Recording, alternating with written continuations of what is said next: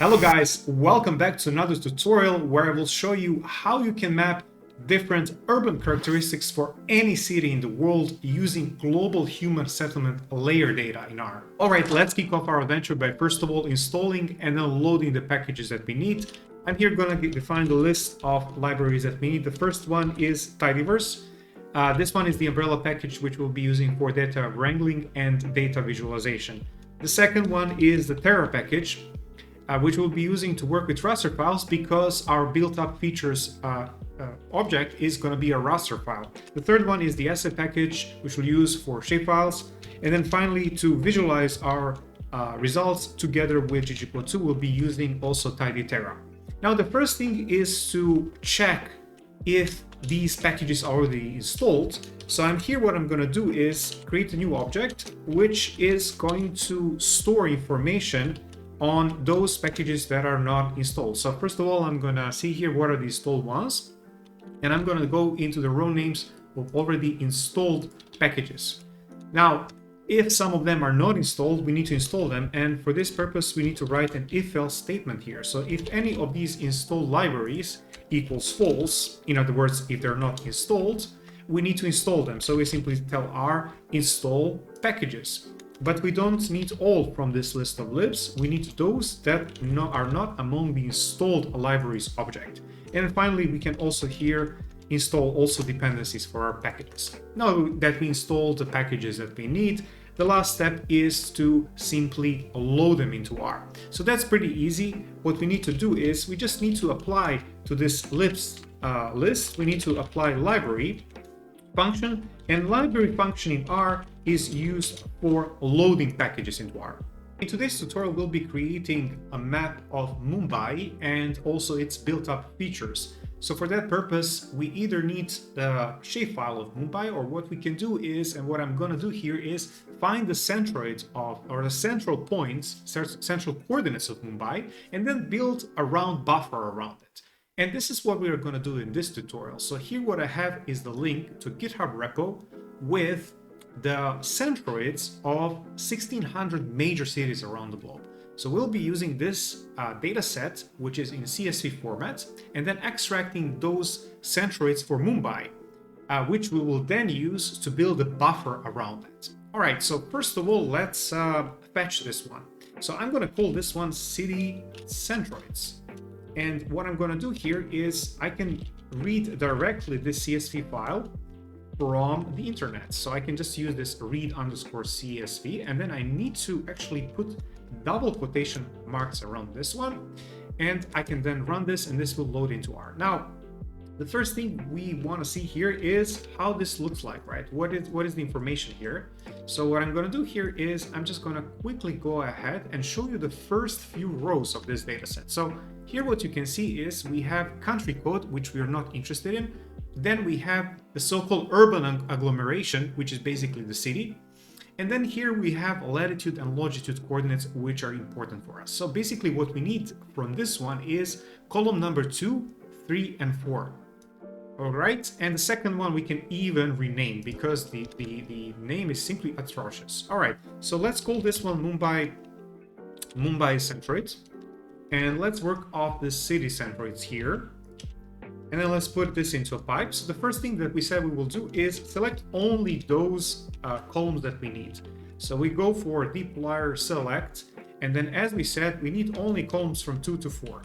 So that's the first thing that we need to do. The second thing, as I mentioned, I don't really like that name of that second column, which is actually now column number 1. So I'm going to rename it, and I'm just going to name it city here. So city equals 1 means that the first column in this newly created data frame, it's going to be called city. And then finally, we need to find here Mumbai, of course. The easiest way is simply to go through the names of these cities and see what is the one that has Mumbai in its name. So for that purpose, we can use, first of all, filter from dplyr, and then we can apply filter to the city. But we want to also grab all those strings that have Mumbai inside, and for that purpose we can use grepl here. So grepl, and we open the brackets here, and then with grepl you first of all need to put here the pattern you're looking for. So we're looking for Mumbai, and then the second thing you need to put here is what is the column that this applies to. So city. right? And then the final thing I want to do here, I want to coerce this, this is going to be a table. I want to coerce this into a data frame. So that's why I'm putting here as data frame. All right. So now that we have this, now that we run this, we can actually go ahead and check, did we actually get this, Mumbai Centroid or not? So I'm just going to, again, pull this up, run it. And as you can see, yes, we did. We found Mumbai or old Mumbai. And then we have latitude and longitude. Perfect. So the second thing that we need to do here is we need to convert this into an SF object so that it's going to be easier then to create this buffer around this point. All right, so let's do that. Let's create Mumbai Centroid SF, and then let's use this Mumbai Centroid here. Let's let's turn it into a point shapefile. So the way to do that is the file st as sf from the SF package. We pass here this Mumbai Centroid here, and then what we need to do is we need to provide here what are the coordinate names from this data frame. So as we said before, we can even actually pull this up that we had before. We didn't change the names of them. So these are longitude. So longitude always comes first in the SF package, and then followed by the name for latitude, which is also latitude. All right, let's just pull this back. Right, so that's the first thing. The second thing is to define, of course, the coordinates reference system, and this is the standard 4326, so the WGS84. And then we can actually calculate and then build a buffer around this point. I'm going to pull this object Mumbai buffer, and then I'm going to use st buffer also from this SF package. So here we need to provide, first of all, our object, newly created object. So this is Mumbai Centroid SF. That's the one. These are the points. And then the second is the distance. So what is the distance from the point that we're going to calculate? So for that, we need, first of all, use units here. And then we use set units. And then we open the brackets here. So we use this also in one of the previous tutorials. You can also check it out how we did it there. But the main point here is I want the distance to be here, let's say 5 kilometers from that central point. And then here also I need to specify here kilometers, just like this. And that's it, that you don't need to do anything. And then if you actually plot this whole run actually first and then plot, you will just see a nice circle. So this is what we're going to be using to then crop that built up area and have it only for this buffer of Mumbai.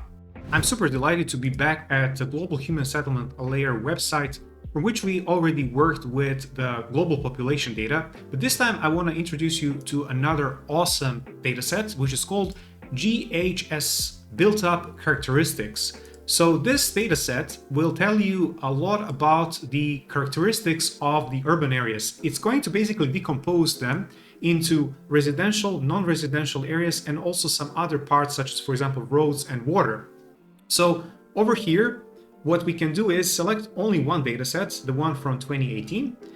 This one is at 10 meter resolution, so it's quite crisp, allowing us to actually work on the city level. And then it has also a strange coordinate system here, for which we will need to account where we are back in R. Now here you can actually select here two types of data sets. There is one which is morphological settlement zone. So this one basically decomposes the urban areas into different types. To be more precise, there are 15 types there. And the functional classification is simply whether it's residential versus non-residential. So this is the binary one. So we are interested in this MSZ or morphological settlement zone one. Now here comes the next thing. So we cannot choose the epoch here or resolutions, they're set as they are. But what we can do is we can choose here what is the area for which we want to download. So I checked for Mumbai and we would need to download this actually chunk here, this style. I would suggest here at this point for your own city, you should go to the Google search and then see where actually on the map this would fall. So for Mumbai, this would be the area we'll be looking at. All right, so now before we jump into R, you can actually go ahead and click right on this tile and select copy link address. So that's how we copy. Now, second thing is to check the dataset here. So one thing that you can notice here, if you scroll down, is this GHSL data package report. So if you click on this one, a new window will open up. And over here, what you can see is actually a codebook. It's on page 37. There is a codebook about this dataset. which tells you more about it. So how it was built, what do these different types mean, and then there is also this beautiful legend. So this legend, I extracted actually colors from this one and also these label names, which will help us down the road to build a map. But back to this. So as you see, there are from 1 to 25 with some skip numbers in between. So those are the main types of these built-up areas and what they comprise. And here you can see some of the samples. So this is something that I would like to replicate, or at least to create something similar. So this is settlement characteristics for Kolkata in India. Then if you go down, you can find also for Beijing in China, also for Kampala in Uganda, and then also for London, United Kingdom. Okay, so now that we have this link, we can go back to R and we can start working on this. If you're interested more to find out about this dataset, now you know where to find it. And I will also put a link to this dataset in the description box so that you can explore it a bit further. Okay, so we're back in R. We now have this URL that we previously copied, and we can go ahead and download it. So the first thing we will do is define this as our URL, and we need to put also double quotation marks around it. Then we can go ahead and use download file from base R. And here we need to define, first of all, the URL name that we are downloading. The second thing, we need to here define the path. So we're just going to be downloading to the main working directory. And finally, we also need to define the name of this file. We're just going to grab the base name from this URL. Once this is done, we need to unzip it. So what we can do here is simply unzip again this base name from the URL. And once we unzip it, we can then load it into R. So for that purpose, we'll be using raster or Terra Rust function. So I'm going to call this one builtup raster because it's actually for that whole chunk, not just for Mumbai. Then I'm going to use here Terra and then Rust. And then here we need to provide a link. So basically we can just, of course, get this base name URL, but it does contain zip inside. What we need is to replace the zip with a TIFF extension. So I'm first gonna actually create here this object called file name, which is gonna store here so that I don't repeat this again. And actually, for the matter of fact, you can go ahead and cut this and paste it all over here.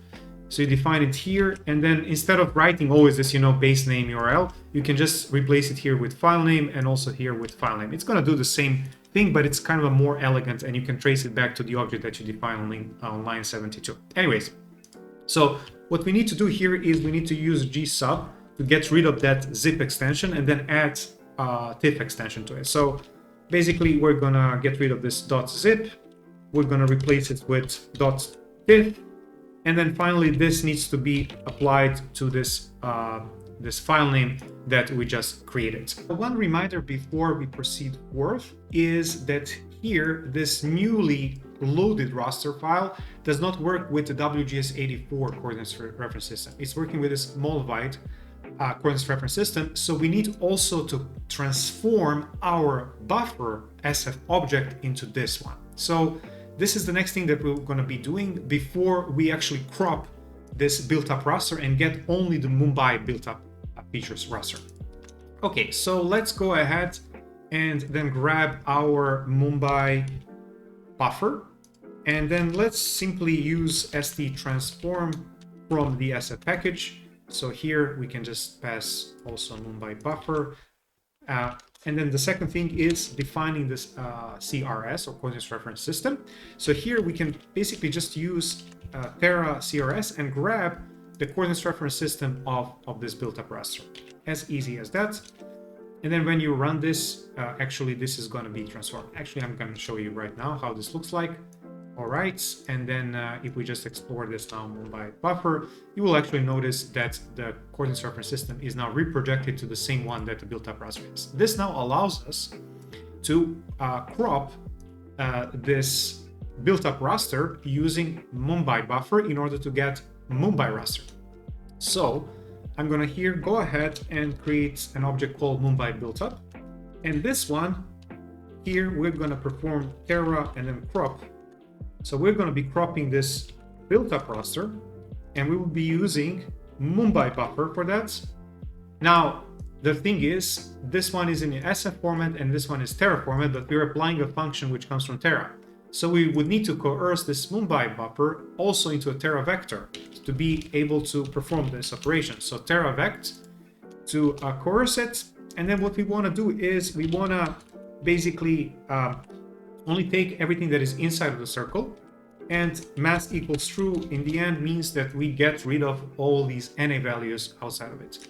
All right, and now that we crop this, we can also plot it so that you can see how this looks like. So Mumbai built up. All right, so when you run all of this, you should be able to see a circle, a buffer around a certain area, and now also with this built up raster. One really useful thing when you just loaded your raster into your session is to check what are the actual values against that codebook that we previously saw. And the way to do that is to use Terra values function. All right, so here what we need to do is pass to this whole thing, Mumbai built up, and then turn this into a data frame. So data frame equals true. And let's actually just call this, for example, vals. All right, and then once we actually run this, what we want to see here is what this looks like. All right, so I can just kind of do it like this, and you can see here that this data frame has a single column with values, and the name of this column is basically the file name. So we can just quickly change this into something which makes more sense using the names function from base R, and then we can, for example, name this value. And then finally, what we can do here, we can see, or we can inspect the sorted unique values from this vals object or vals data frame. And then let's just go ahead and do that. So you can see here that we have from 0 to 25. So 0 was not there. 0 here is basically non-urban or non-built up areas. But one thing that you can notice that here, the rest of the values, we don't really have 15, we have actually 14. So one is missing, and that's 21. So 21, we will inspect later what that means, and then we will also reassign them colors in the proper way to account for this. Before we can jump straight into mapping, we need to do some preparatory work, and that includes defining the theme for our ggplots, labels for our legend, and of course also the colors for those different urban classes. So with the theme, what I like to do is create something very cheeky called theme for the win, and turn this into a function that later on I can actually use in the ggplot2 code. So what I like to pass to this one is, first of all, theme void, which gets rid of all these grids around your map. And then I like to customize some things using theme. And one of them is, for example, legend position. So what we can do in this tutorial, we can put the legend, let's say, on the left-hand side, and then create some extra space for it while leaving that nice circle with the built-up length cover types on the right-hand side. We can also define the legend, of course, legend title. And legend title is the text. So we need to tell also ggplot2 that we are working here with the text. And then we can define on the size, for example, size, it can be 9 pixels. And also, for example, color, we can just leave it as, let's say, charcoal gray. The same way we define the legend title, we can also define other labels or other text. And one of them is also legend text. This one can be a bit smaller, right? And then the final thing that we can do here is define those margins around our plot. What this will help us is actually deal with empty space, but more importantly, also put together, everything on the plot in a proper way.